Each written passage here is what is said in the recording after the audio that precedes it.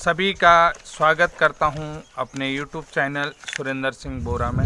साथियों, आज का जो वीडियो है बहुत महत्वपूर्ण वीडियो है। जैसा कि आप जानते हैं कि जो मेरी जो याचिका है बीएड ब्रिज कोर्स, यानी कि हमको जो है कि डाइट डीएलएड के समान माना जाए, इसी याचिका की जो सुनवाई है 16 मार्च को होने वाली है। उससे पूर्व मेरे द्वारा, मेरे अपने साथियों के द्वारा कई तरीके की तैयारियां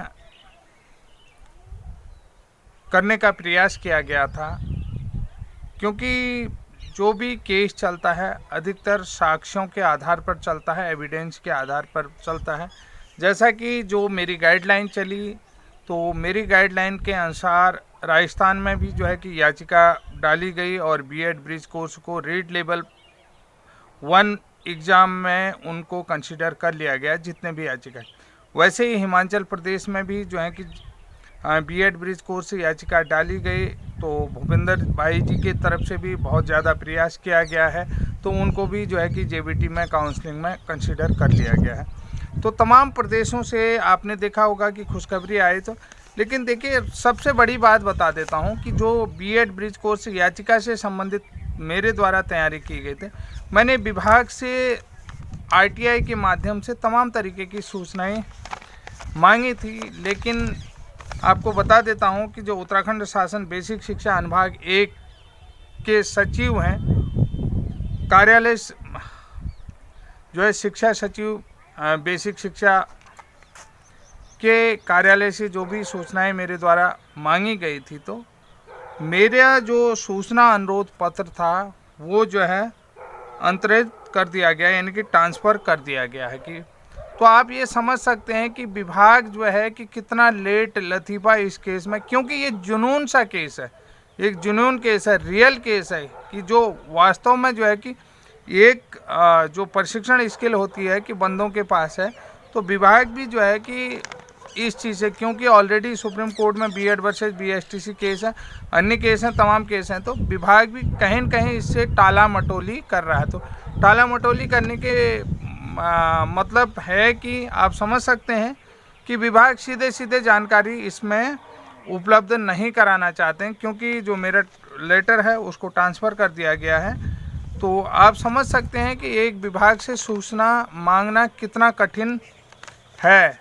आप देखिए, साधारण ये जो मेरे हाथ में है, ये आपको सूचना अधिकार का जो लेटर है, ये लेटर आप देख सकते हैं कि यहाँ पर देखिए, राजेंद्र सिंह बनोला लोक सूचना अधिकारी अनुसचिव, यानी कि जो है कि अनुसचिव के कार्यालय से ये चीज़ है। उत्तराखंड शासन आप देख रहे होंगे, शुरू में लिखा होगा, हो सकता है आपको उल्टा दिखे, तो इसलिए मैं कह रहा हूँ कि इसे आप देख लीजिएगा। ये 13 फरवरी का है, क्योंकि जो सूचना मांगी गई थी वो मैंने 2 फरवरी को पत्र भेजा था, 9 फरवरी को वहाँ प्राप्त हो गया। उसके बाद 6 मार्च को मुझे ये पत्र यहाँ पर मिला है। तो देखिए, अभी 1 महीने बाद यहाँ पत्र मिला है, उसके बाद जो है कि 1 महीना अगले में आ जाए, तब तक हमारी जो है कि एक हियरिंग निकल जाती है। क्योंकि सभी को पता है कि इनकी 16 तारीख को जो है कि डिपार्टमेंट में पता रहता है कि बीएड ब्रिज कोर्स वालों की जो हियरिंग है हाई कोर्ट में, वो जो है 16 तारीख को है। तो आप देख सकते हैं कि मेरा नाम है, पता है, और यहाँ पर लिखा गया है कि जो पत्र 2 फरवरी 2023 का सूचना इस आश्रय से प्रेषित की कि अपना सूचना अनुरोध पत्र लोक सूचना अधिकारी प्रारंभिक शिक्षा निदेशालय उत्तराखंड नरूरखेड़ा देहरादून को अंतरित किया जा रहा है। संबंधित लोक सूचना अधिकारी के द्वारा सूचना प्राप्त न होने पर जो है कि आप अपीलीय अधिकारी से अपील कर सकते हैं। तो यानी कि प्रथम अपीलीय अधिकारी से आप जो है अपील कर सकते हैं, इनका कहने का मतलब है। अब आप समझ सकते हैं कि देखिए, किसी विभाग से अगर आप रियल केस में भी सूचना ले रहे हैं तो कितना टफ है। और देखिए, उसके बाद जो है कि ये पत्र मुझे रजिस्टर्ड डाक से प्राप्त होना चाहिए, साधारण डाक से मुझे भेजा गया। अब यहाँ पर देख सकते हैं, यहाँ पर जो है कि साधारण डाक ये लिखा हुआ है, यहाँ से पेन से लिखा हुआ है, और ये यहाँ पर जो है कि इसका पत्रांक संख्या लिखी हुई है।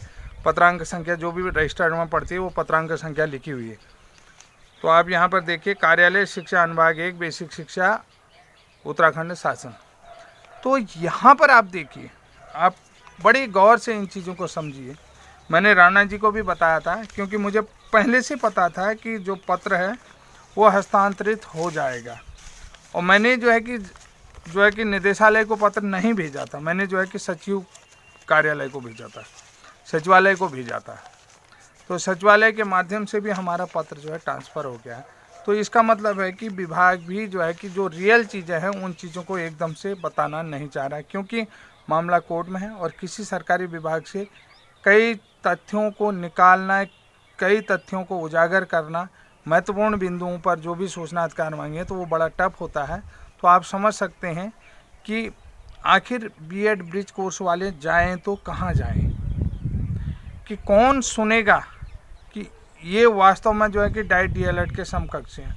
अगर विभागीय अधिकारी भी इस बात को, मेरे वीडियो को देख रहे हैं, समझ रहे हैं, तो आखिर आप समझिए कि सिस्टम में कहाँ पर खामियां हैं। जो एजुकेशन सिस्टम ऑफ उत्तराखंड है तो उसमें कहाँ पर जो है कि एरर्स हैं, कहाँ पर जो है वीकनेस है, इन चीज़ों को आप समझ लीजिएगा। जहाँ पर एक तरफ कपकोट का आदर्श अटल आदर्श विद्यालय देखिए कि 22 लड़के एक साथ सैनिक विद्यालय में निकलते हैं, और दूसरी तरफ जो है कि यहाँ पर कम 10 से कम छात्र संख्या के कारण से प्राथमिक विद्यालय बंद होने जा रहे हैं। क्या बच्चों को पढ़ाने के लिए टीचरों की आवश्यकता नहीं पड़ती है? पड़ती है।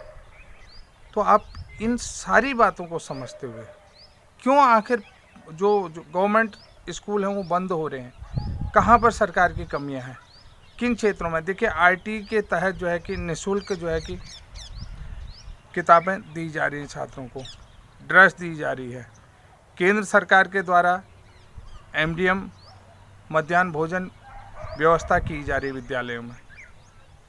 उसके बाद भी जो पोषाहार दिया जा रहा है, कि जो एक पोषण केंद्र सरकार की तरफ से जो स्कीम चली है, मध्याह्न भोजन की स्कीम चली है, इतनी सारी कुछ फैसिलिटी होने के बाद भी कम छात्र संख्या के कारण से विद्यालय जो है कि बंद हो रहे हैं। तो आप सोच सकते हैं कि एक सरकारी सिस्टम में कितनी कमियां हैं। जो भी विभागीय अधिकारी इस चीज़ को देख रहे हैं कि हमने तो एक छोटा सा सूचना अधिकार मिला था, उसमें भी हमको टरका दिया गया है, हमें सही समय पर सूचना अधिकार नहीं मिल पाए, सही जानकारी नहीं मिल पाई, तो इसके लिए कौन जिम्मेदार है? क्या हम जिम्मेदार हैं, या हमारा जो कार्य करने का तरीका है वो तरीका गलत है? तो इसको कौन समझेगा? अगर तरीका गलत भी होता तो आखिर डिपार्टमेंट को तो गया ना, डिपार्टमेंट को सारी जानकारियाँ होती, चाहे सचिवालय स्तर पर हो, निदेशालय स्तर पर हो, सभी लोगों की, यानी कि सचिवालय स्तर से भी ये बातें छुपी नहीं है। अगर हम सेंट्रल गवर्नमेंट से भी ये चीज़ें मांगते ना, सेंट्रल गवर्नमेंट भी हमें ये चीज़ें उपलब्ध कराती। ये चीज़ क्या, देखिए, कहीं पर मैं तथ्यों को गड़बड़ा नहीं रहा हूँ, कहीं पर कोई चीज़ ऐसा नहीं करे, कोई योग्यता को छुपा नहीं रहे हैं।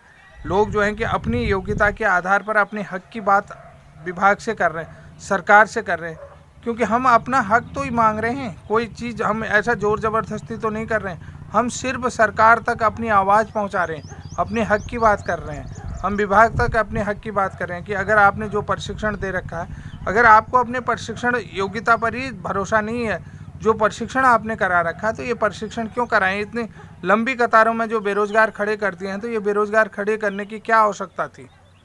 मैं तो एक सही बात कह रहा हूँ कि जब आप जो है कि इन लोगों को रोज़गार नहीं दे सकते हैं, इन लोगों का सेटलमेंट नहीं कर पा रहे हैं, तो आप जो है कि रोज़गार के नाम पर इतनी लंबी कतार क्यों लगा रहे हैं? तो साथियों, आज की जानकारी कैसी लगे, और देखिए आखिर हमको करना है तो क्या करना है, ये सवाल, एक बहुत बड़ा क्वेश्चन मैं आप लोगों को छोड़ रहा हूँ। आखिर बीएड ब्रिज कोर्स वाले कहाँ जाएं? क्योंकि ना सरकार सुन रहा है, ना इनका विभाग सुन रहा है, तो आखिर ये कहाँ जाएंगे?